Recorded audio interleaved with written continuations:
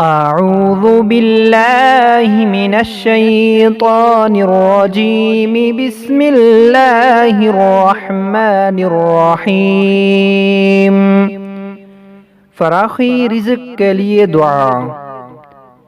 ربنا أنزل علينا مائدة من السماء تكون لنا عيدا لأولنا وآخرنا وآية منك وارزقنا وأنت خير الرازقين.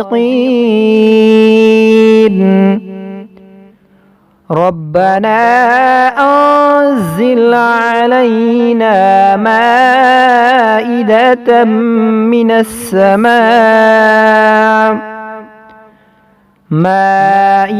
من السماء تكون لنا عيدا لأولنا وآخرنا